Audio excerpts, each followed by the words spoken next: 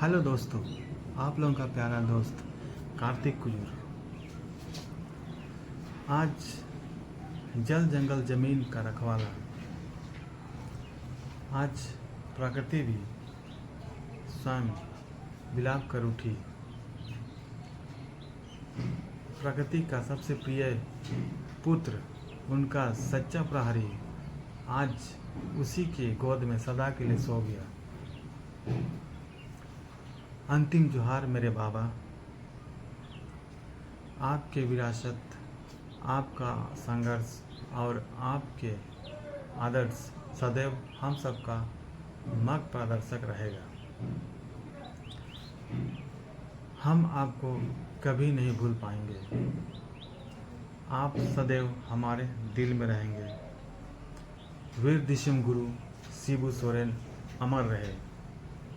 जय झारखंड, जय आदिवासी।